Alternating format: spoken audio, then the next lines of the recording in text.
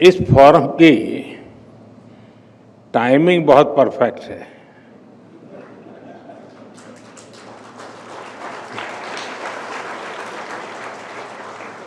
और इसलिए मैं आपकी सराहना करता हूं। अभी पिछले हफ्ते ही लाल किले से मैंने नेक्स्ट जनरेशन रिफॉर्म्स की बात कही है और अब ये फोरम इस स्पिरिट के फोर्स मल्टीप्लायर के रूप में काम कर रहा है। साथियों, यहां वैश्विक परिस्थितियों पर, जियो इकोनॉमिक्स पर बहुत विस्तार से चर्चाएं हुई हैं और जब हम ग्लोबल कॉन्टेक्स्ट में देखते हैं तो आपको भारत की इकोनॉमी की मजबूती का एहसास होता है। आज भारत दुनिया की फास्टेस्ट ग्रोइंग मेजर इकोनॉमी है। हम बहुत जल्द दुनिया की तीसरी सबसे बड़ी इकोनॉमी बनने वाले हैं।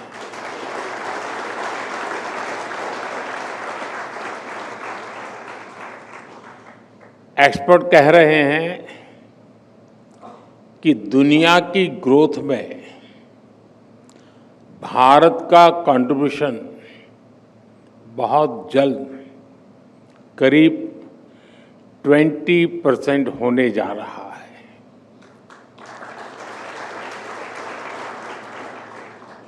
ये ग्रोथ, ये रेजिलियंस जो हम भारत की इकोनॉमी में देख रहे हैं, इसके पीछे बीते एक दशक में भारत में आई मैक्रो इकोनॉमिक स्टेबिलिटी है। आज हमारा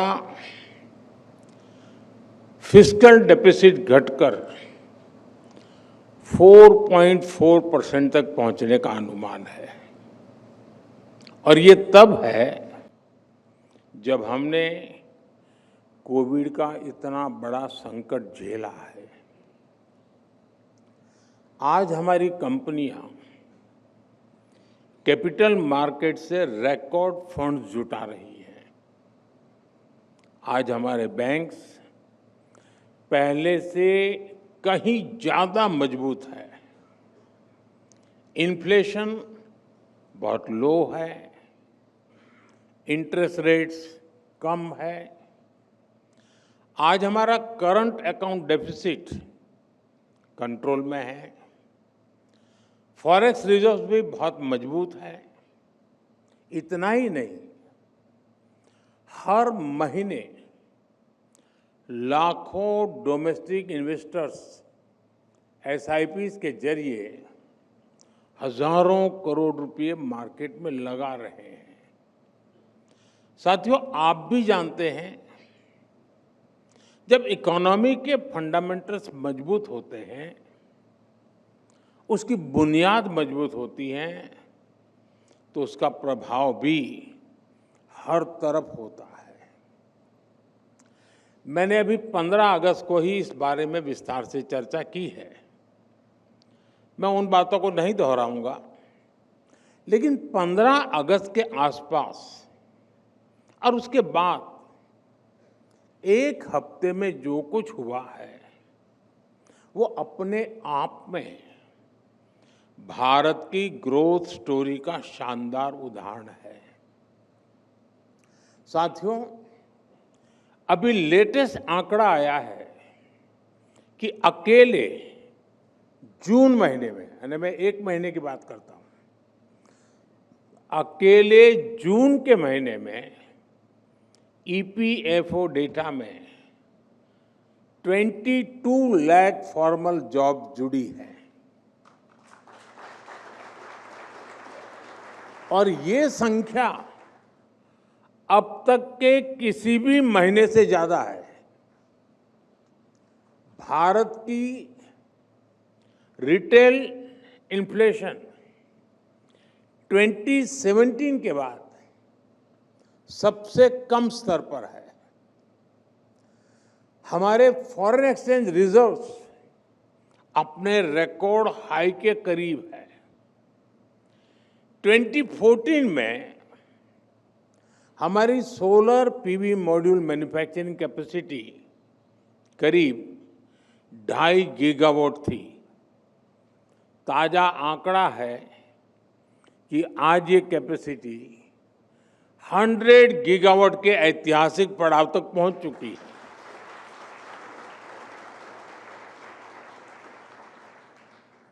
दिल्ली का हमारा एयरपोर्ट भी ग्लोबल एयरपोर्ट्स के एलिट 100 मिलियन प्लस क्लब में पहुंच गया है। आज इस एयरपोर्ट की annual passenger handling capacity 100 million plus की है। दुनिया के सिर्फ 6 एयरपोर्ट्स इस एक्सक्लूसिव ग्रुप का हिस्सा है। साथियों, बीते दिनों एक और खबर चर्चा में रही है। S&P ग्लोबल रेटिंग ने भारत की क्रेडिट रेटिंग अपग्रेड की है और ऐसा करीब 2 दशकों के बाद हुआ है। यानी भारत अपनी रेजिलियंस और स्ट्रेंथ से बाकी दुनिया की उम्मीद बना हुआ है। साथियों, आम बोलचाल में एक लाइन हम बार बार सुनते आए हैं, कभी हम भी बोलते हैं, कभी हम भी सुनते हैं, और कहा जाता है मिसिंग द बस। यानी कोई अवसर आए और वो निकल जाए। हमारे देश में पहले की सरकारों ने टेक्नोलॉजी और इंडस्ट्री के अवसरों की कई ऐसी बसेस छोड़ी हैं। मैं आज किसी की आलोचना के इरादे से यहाँ नहीं आया हूं, लेकिन लोकतंत्र में कई बार तुलनात्मक बात करने से स्थिति और स्पष्ट होती है। साथियों, पहले की सरकारों ने देश को वोट बैंक की राजनीति में उलझा कर रखा। उनकी सोच चुनाव से आगे सोचने की ही नहीं थी। वो सोचते थे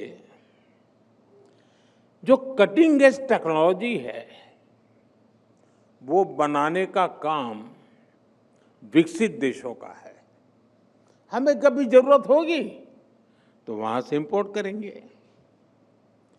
यही वजह थी कि सालों तक हमारे देश को दुनिया के बहुत से देशों से पीछे रहना पड़ा।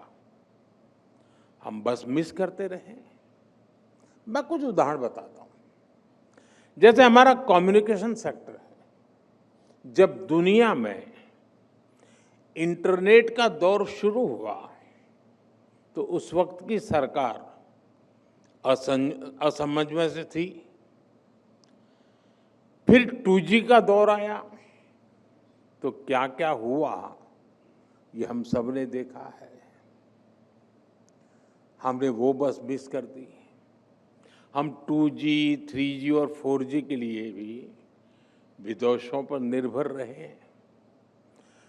आखिर कब तक ऐसा चलता रहा? इसलिए 2014 के बाद भारत ने अपनी अप्रोच बदली। भारत ने तय कर लिया कि हम कोई भी बस छोड़ेंगे नहीं, बल्कि ड्राइविंग सीट पर बैठकर आगे बढ़ेंगे।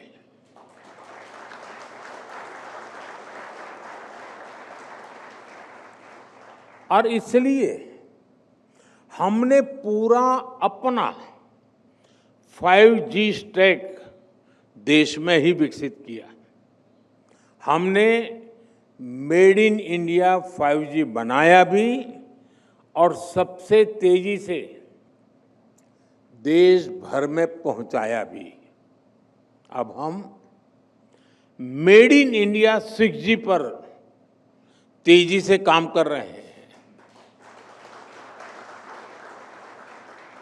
और साथियों, हम सब जानते हैं भारत में सेमीकंडक्टर बनने की शुरुआत भी 50-60 साल पहले हो सकती थी, लेकिन भारत ने वो बस भी मिस कर दी और आने वाले कई वर्षों तक ऐसा ही होता रहा।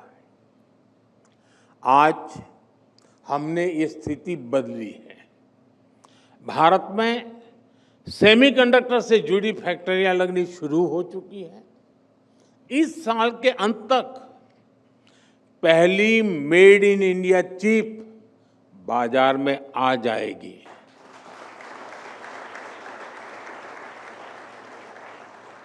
साथियों, आज नेशनल स्पेस डे भी है।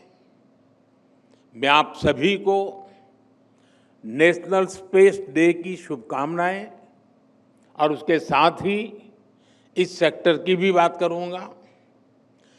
2014 से पहले स्पेस मिशंस भी सीमित होते थे और उनका दायरा भी सीमित था। आज 21वीं सदी में जब हर बड़ा देश अंतरिक्ष की संभावनाओं को तलाश रहा है, तो भारत कैसे पीछे रहता। इसलिए हमने स्पेस सेक्टर में रिफॉर्म भी किए और इसे प्राइवेट सेक्टर के लिए ओपन भी कर दिया। मैं आपको एक आंकड़ा देता हूं। ईयर 1979 से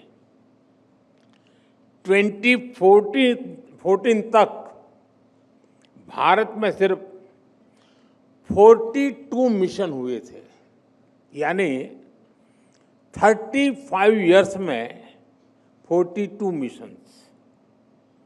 आपको ये जानकर खुशी होगी कि पिछले 11 सालों में 60 से ज्यादा मिशन पूरे हो चुके हैं।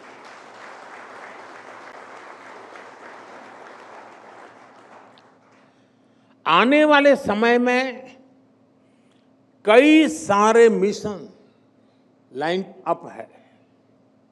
इसी साल हमने स्पेस डॉकिंग का सामर्थ्य भी हासिल किया है। ये हमारे फ्यूचर के मिशंस के लिए बहुत बड़ी अचीवमेंट है। अब भारत गगनयान मिशन से अपने एस्ट्रोनॉट्स को स्पेस में भेजने की तैयारी में है और इसमें हमें ग्रुप कैप्टन शुभांशु शुक्ला के अनुभव से भी बहुत मदद मिलने वाली है। साथियों, स्पेस सेक्टर को नई एनर्जी देने के लिए उसे हर बंधन से आजाद करना जरूरी था। इसलिए हमने पहली बार प्राइवेट पार्टिसिपेशन के लिए क्लियर रूल्स बनाए। पहली बार स्पेक्ट्रम एलोकेशन ट्रांसपेरेंट हुआ। पहली बार फॉरेन इन्वेस्टमेंट लिबरलाइज हुआ और इस साल के बजट में हमने स्पेस स्टार्टअप्स के लिए 1000 करोड़ रुपए का वेंचर कैपिटल फंड भी दिया है।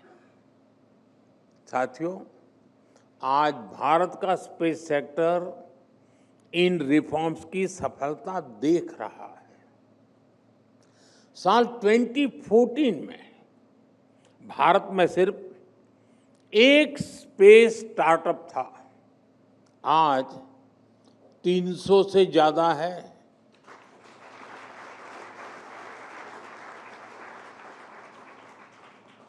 और वो समय भी दूर नहीं जब अंतरिक्ष में हमारा अपना स्पेस स्टेशन होगा।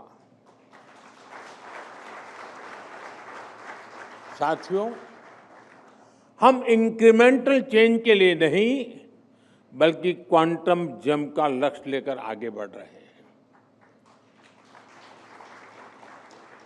और रिफॉर्म्स हमारे लिए न कंपल्सन है, न क्राइसिस ड्रिवन है, ये हमारा कमिटमेंट है, हमारा कन्विक्शन है।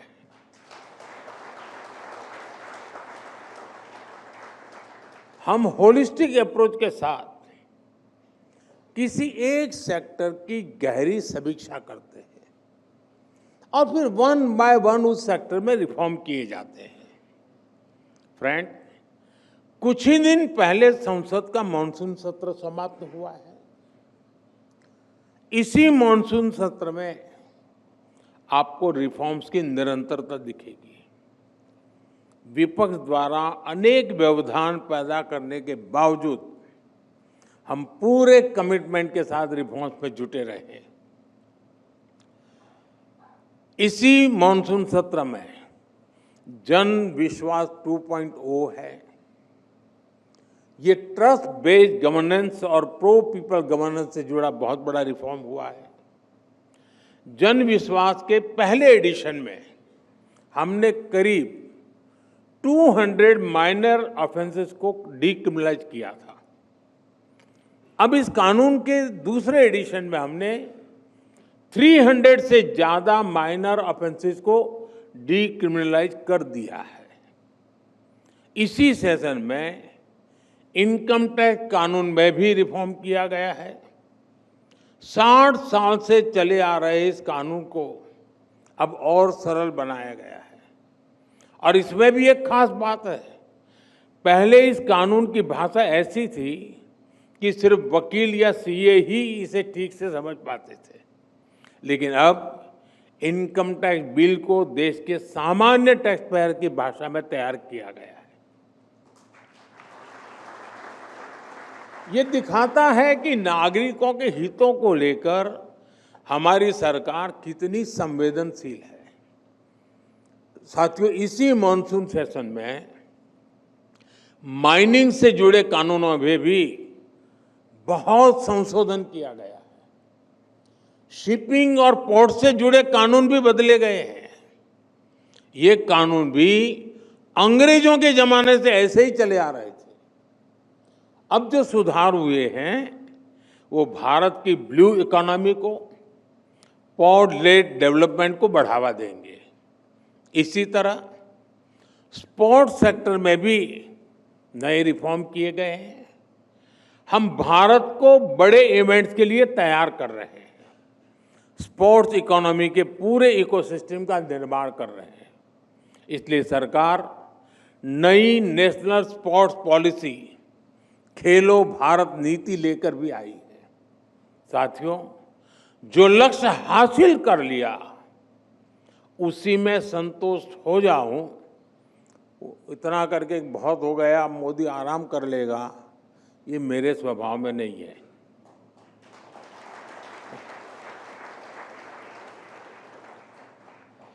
रिफॉर्म्स को लेकर भी हमारी यही सोच है। हम आगे के लिए तैयारी करते रहते हैं। हमें और आगे बढ़ना है। अब रिफॉर्म्स का एक और पूरा आर्सेनल लेकर आने वाला हूं। इसके लिए हम कई मोर्चों पर काम कर रहे हैं। हम बेवजह के कानूनों को खत्म कर रहे हैं, नियमों और प्रक्रियाओं को सरल बना रहे हैं, प्रोसीजर्स और अप्रूवल्स को डिजिटल कर रहे हैं, अनेक प्रावधानों को डीक्रिमिनलाइज कर रहे हैं।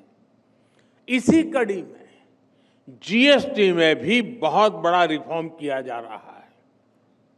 इस दिवाली तक ये प्रक्रिया पूरी हो जाएगी। इससे जीएसटी और आसान बनेगा और कीमतें भी कम होगी। साथियों, नेक्स्ट जनरेशन रिफॉर्म्स के लिए इसके इस आर्सेनल से भारत में मैन्युफैक्चरिंग बढ़ेगी, मार्केट में डिमांड बढ़ेगी, इंडस्ट्री को नई एनर्जी मिलेगी, एम्प्लॉयमेंट के नए अवसर बनेंगे और ease of living, ease of doing business दोनों इंप्रूव होंगे। साथियों, आज भारत 2047 तक विकसित होने के लिए पूरी शक्ति से जुटा है और विकसित भारत का आधार आत्मनिर्भर भारत है। आत्मनिर्भर भारत को भी हमें 3 पैरामीटर्स पर देखने की जरूरत है। ये पैरामीटर है स्पीड, स्केल और स्कोप। अपने ग्लोबल पैंडेमिक के दौरान भारत की स्पीड भी देखी है, स्केल भी देखा है और स्कोप भी महसूस किया है। आपको याद होगा उस समय कैसे एकदम बहुत सारी चीजों की जरूरत पड़ गई थी और दूसरी तरफ ग्लोबल सप्लाई चेन भी एकदम ठप हो गई थी। तब हमने देश में ही जरूरी चीजें बनाने के लिए कदम उठाए। देखते ही देखते हमने बहुत बड़ी मात्रा में टेस्टिंग किट्स बनाए, वेंटिलेटर्स बनाए, देश भर के अस्पतालों में ऑक्सीजन प्लांट्स लगाए। इन सारे कामों में भारत की स्पीड दिखाई दी। हमने देश के कोने कोने में जाकर अपने नागरिकों को 220 करोड़ से ज्यादा मेड इन इंडिया वैक्सीन लगाई और वो भी बिल्कुल मुफ्त। इसमें भारत का स्केल दिखाई देता है। हमने करोड़ों लोगों को तेजी से वैक्सीन लगाने के लिए कोविन जैसा प्लेटफॉर्म बनाया। इसमें भारत का स्कोप नजर आता है। ये दुनिया का सबसे अनूठा सिस्टम था जिसके चलते रिकॉर्ड समय में हमने वैक्सीनेशन भी पूरा कर लिया। साथियों, ऐसे ही एनर्जी के क्षेत्र में भारत के स्पीड, स्केल और स्कोप दुनिया देख रही है। हमने तय किया था कि 2030 तक हम अपनी टोटल पावर कैपेसिटी का 50% नॉन फॉसिल फ्यूल से जनरेट करेंगे। ये 2030 तक का लक्ष्य था। ये टारगेट हमने 5 साल पहले इसी साल 2025 में ही अचीव कर लिया।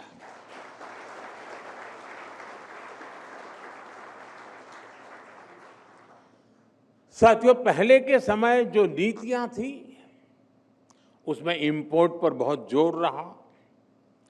लोगों के अपने फायदे थे, अपने खेल थे।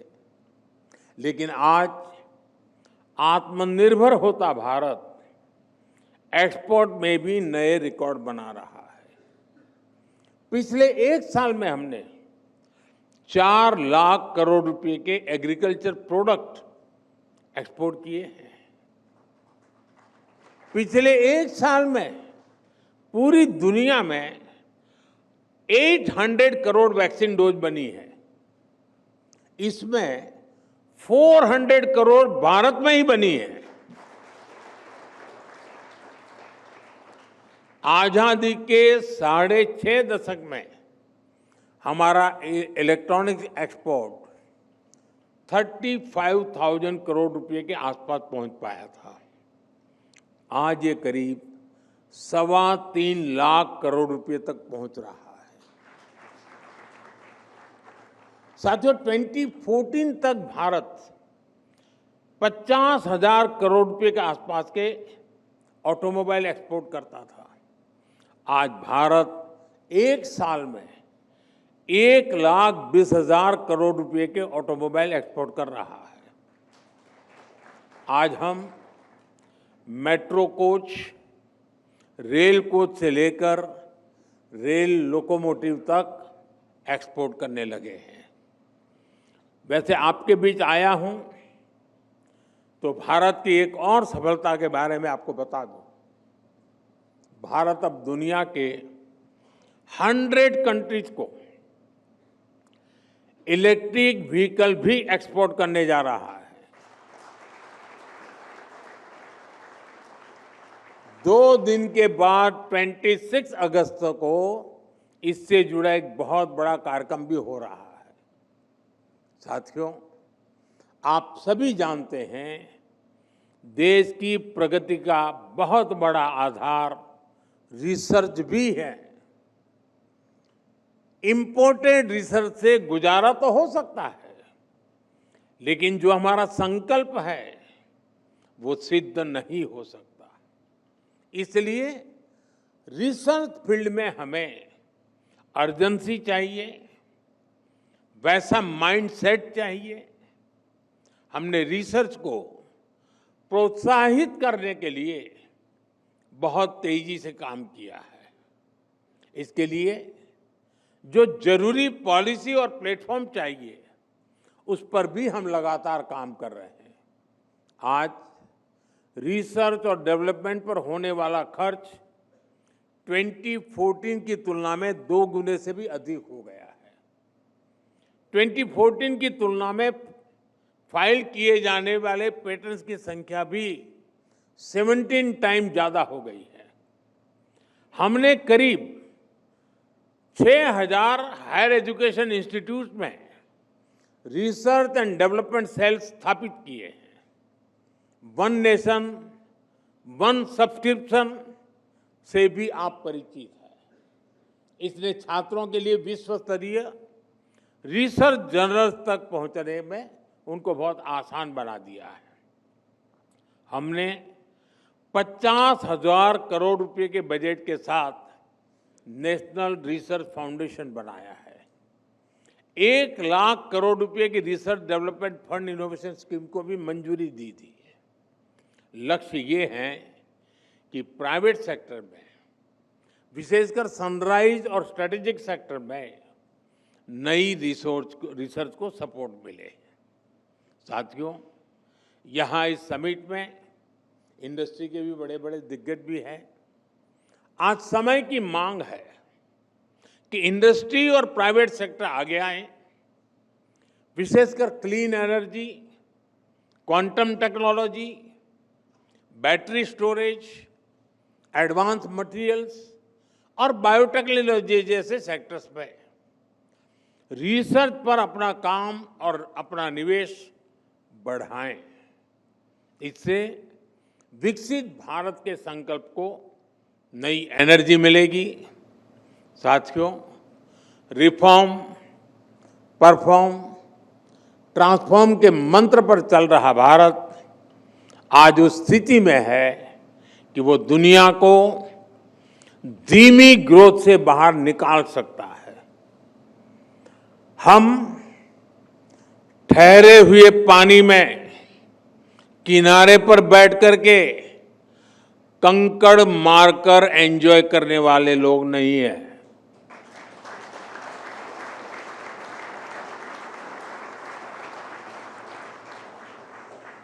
हम बहती तेज धारा को मोड़ने वाले लोग हैं। और जैसा मैंने लाल किले से कहा था, भारत समय को भी मोड़ देने का सामर्थ्य लेकर चल रहा है। साथियों, एक बार आप सबसे मिलने का मुझे अवसर मिला, इसके लिए मैं इकोनॉमिक टाइम्स का आभार व्यक्त करता हूं। आप सबका भी हृदय से बहुत बहुत आभार व्यक्त करता हूं। बहुत बहुत शुभकामनाएं देता हूं। धन्यवाद।